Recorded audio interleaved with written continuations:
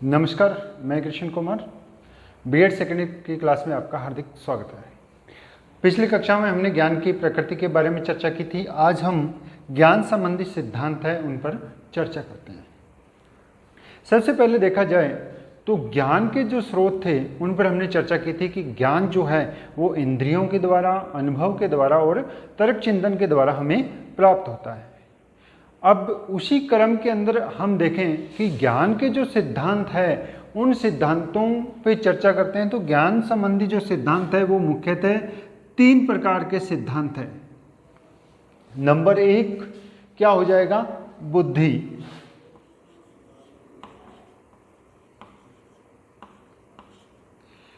Number 1 बुद्धि।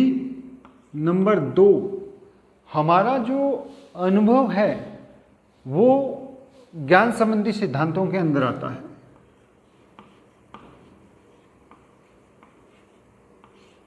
और तीसरा जो सिद्धांत आएगा हमारा वो आएगा समीक्षा। अब इन तीनों पर अगर चर्चा की जाए तो ज्ञान जो है, अगर किसी भी मानव के अंदर अगर ज्ञान उसने प्राप्त करना है तो उसको क्या है? बुद्धि की आवश्यकता पड़ेगी।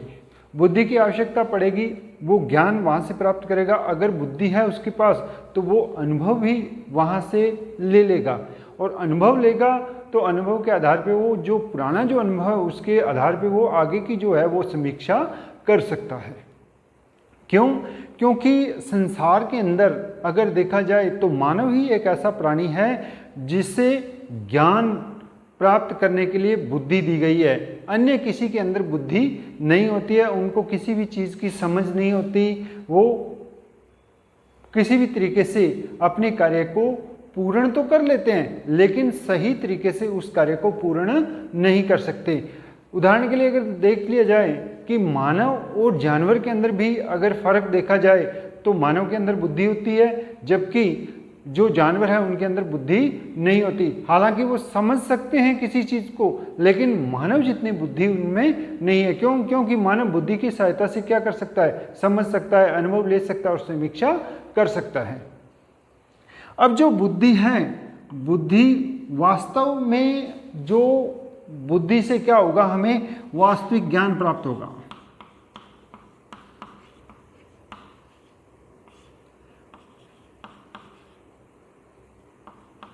बुद्धि से हमें क्या है? वास्तविक जो ज्ञान है वो प्राप्त होता है। और वास्तविक अगर ज्ञान प्राप्त होगा तो हमें क्या होगा? तर्क और चिंतन प्राप्त होगा। तर्क और चिंतन। अब तर्क और चिंतन प्राप्त होगा किससे? वास्तविक ज्ञान से। अब अगर देखा जाए तो मानव जो है वो दिन प्रतिदिन अपने जो किए गए कार्य हैं उनके ऊपर क्या करता है? चिंतन करता है, तर्क करता है, तो उसे अनुभव प्राप्त होता है। और अनुभव प्राप्त होता है तो उसे ज्ञान भी प्राप्त होगा। यानी तर्क और चिंतन, जो वास्तविक ज्ञान है उससे तर्क और चिंतन प्राप्त होता है और उनसे क्या होगा? हमें अनुभव प्राप्त होगा। अब इसमें देखा जाए तो जो दिन प्रतिदिन हमें क्या प्राप्त हो रहा है? अनुभव और ज्ञान। यानी दिन प्रतिदिन क्या प्राप्त हो रहा है? ज्ञान। और ज्ञान अगर प्राप्त हो रहा है तो हमें क्या होगा? ज्ञान और अनुभव। अब ज्ञान और अनुभव प्राप्त होगा तो इसके है क्या है? ज्ञान और अनुभव के 2 पक्ष ले लिए गए हैं। कौन कौन से? एक तो सार्वभौमिक और दूसरा है आवश्यकता। इसके 2 पक्ष लेते हैं अपने। पक्ष कौन से? सार्वभौमिक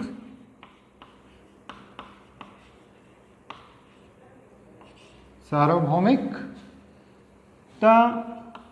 और दूसरा जो पक्ष है वो पक्ष आएगा हमारा क्या? आवश्यकता।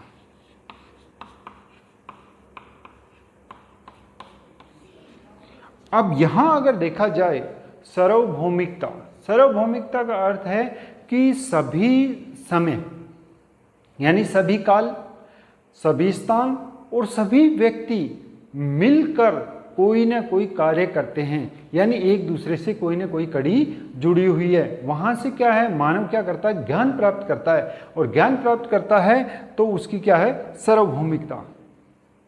अब यहाँ क्या होगा कि उसको जो स्वयं सिद्धि प्राप्त करनी है या उसे ज्ञान प्राप्त करना है, तो वो क्या है, एक दूसरे व्यक्ति के साथ कोई न कोई कार्य करेगा। क्यों? क्योंकि अगर कार्य नहीं करेगा या मेलजोल नहीं रखेगा तो उसको ज्ञान प्राप्त नहीं होगा।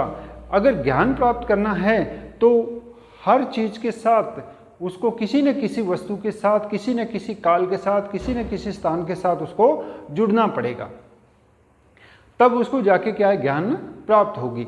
अब बालक, अगर छोटा बालक है, उसी को अगर ले लिया जाए तो वो क्या है, एक सामाजिक प्राणी है। क्यों? क्योंकि व्यक्ति एक सामाजिक प्राणी है और व्यक्ति के अंश से क्या है, बच्चा है। अब वो बच्चा अगर समाज और परिवार में अगर नहीं रहेगा तो उसको ज्ञान प्राप्त नहीं होगा। उदाहरण के तौर पे अगर हमने देखा जाए तो एक मूवी आई थी या एक सीरियल चलता था मोगली, तो वो क्या, जो बालक क्या है वो पिछड़ गया और जंगल में रहने लग गया, तो वो जंगलों जैसा आचरण करने लग गया। उसी तरीके से यहाँ क्या है, सार्वभौमिकता है और आवश्यकता। आवश्यकता क्या है? अब आवश्यकता के अंदर क्या है कि अगर किसी व्यक्ति को ज्ञान की आवश्यकता नहीं है तो वो किसी उस ज्ञान को प्राप्त नहीं कर सकता। क्यों? क्योंकि बालक क्या करता है, पहली से 9वीं तक या 10वीं तक बालक क्या करता है, सभी विषय पढ़ता है, और उसके बाद क्या है, उसके 3 स्ट्रीम्स हो जाते हैं। कोई मेडिकल लेता है, कोई नॉन मेडिकल लेता है, कोई आर्ट लेता है और कोई कॉमर्स लेता है। तो वहाँ क्या है, उसकी आवश्यकता है, वो अपनी आवश्यकता के अनुसार उस चीज़ के अंदर जाएगा। अब इन दोनों पक्षों पे चर्चा करने के बाद अगर देखा जाए तो जो हमारे महान दार्शनिक थे प्लूटो और सुकरात, उन्होंने क्या किया कि सार्वभौमिकता ज्ञान पर अधिक बल दिया। क्यों दिया? क्योंकि उन्होंने कहा कि जो सार्वभौमिक ज्ञान है वो सभी के साथ मिलकर ज्ञान प्राप्त कर सकता है और किसी के साथ नहीं हो सकता। क्यों? क्योंकि यहाँ क्या है, काल, समय और स्थान या जो व्यक्ति हैं उनके साथ मिलकर इन्होंने क्या है, ज्ञान प्राप्त किया। किसके? क्यों? बुद्धि से। और बुद्धि से उनको क्या हुआ, वास्तविक ज्ञान प्राप्त हुआ और तरह को चिंतन करने लगे, उनको अनुभव प्राप्त हुआ। अब इसी क्रम के अंदर अगर देखा जाए तो हम आगे चर्चा करेंगे इसी के अंदर ज्ञान के अंदर बुद्धि की विशेषता।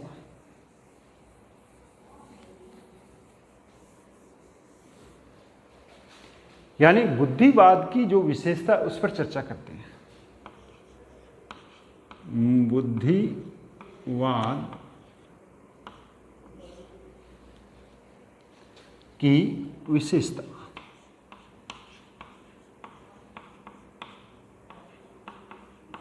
अब बुद्धिवाद की विशेषता के अंदर अगर देखा जाए तो हमारा पहला जो पॉइंट आता है या पहला जो है वो हमारा आता है साधारण ज्ञान।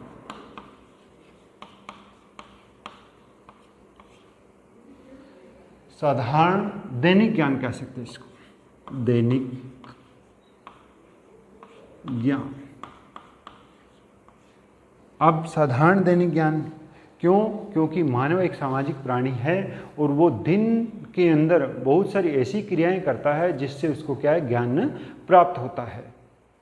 दूसरा, इसी के अंदर अगर देखा जाए तो हम कह सकते हैं कि ज्ञान जो है वो संसार में स्थायी व परिवर्तनशील तथ्य नहीं है। क्यों? क्योंकि ज्ञान अगर किसी को प्राप्त हो चुका है तो वो क्या है, उसके दिमाग से, उसकी बुद्धि से स्लैप नहीं होगा, यानी मिस नहीं होगा। क्यों? क्योंकि जैसे बालक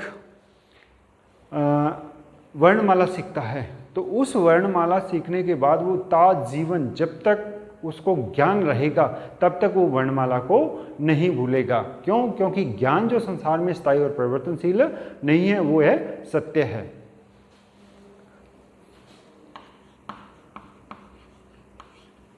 तीसरा जो आएगा टॉपिक या तीसरी जो चर्चा है, बुद्धिवाद की विशेषता के अंदर ज्ञान की उत्पत्ति है वो बुद्धि से है, अन्य किसी से नहीं है। यानी ज्ञान की उत्पत्ति बुद्धि से है। अगर किसी भी व्यक्ति के अंदर बुद्धि नहीं है तो उसको ज्ञान की प्राप्ति नहीं हो सकती। बुद्धि के अलावा अन्य कोई साधन नहीं है ज्ञान प्राप्त करने का। 4 नंबर के अंदर अगर उसको ज्ञान प्राप्त हो गया तो ज्ञान से उसको क्या होगा, अनुभव प्राप्त होगा। अनुभव प्राप्त होगा। और 5वां जो पॉइंट है या 5वीं जो विशेषता है, अनुभव क्या है, आगमन और निगमन। यानी ज्ञान जो है वो आगमन और निगमन है। ज्ञान यानी आएगा और जाएगा, आगमन और निगमन। यानी ज्ञान जो है वो पहले ग्रहण करेगा, उसके बाद क्या है, दूसरों को ज्ञान देगा। आज की जो क्लास है उसके अंदर हमने क्या किया था, ज्ञान के जो सिद्धांत से उस पर चर्चा की थी। उसके बाद बुद्धिवाद की जो विशेषता है उन पर चर्चा की है। नेक्स्ट क्लास में आगे हम इसके जो भाग हैं उस पर चर्चा करेंगे। अगर आपको क्लास अच्छी लगी तो सब्सक्राइब कीजिए, लाइक कीजिए। धन्यवाद। जय हिंद।